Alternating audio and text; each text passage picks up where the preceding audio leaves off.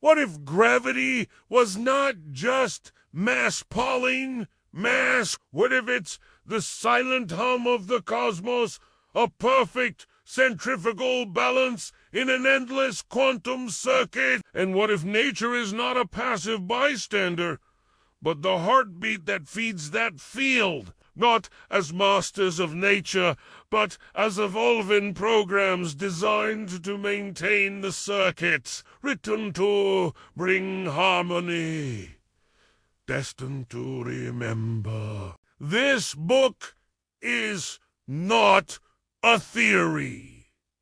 It is a reconnection. Read it, feel it, remember who we were meant to be. Through cycles of harmony and collapse, the universe resets itself. Atlantis, the great flood, extinctions, lessons encrypted in time. The pyramids were not tombs. They were transmitters, bridges from Earth to the field to stabilize the energy of a fragile planet. Then came us humans.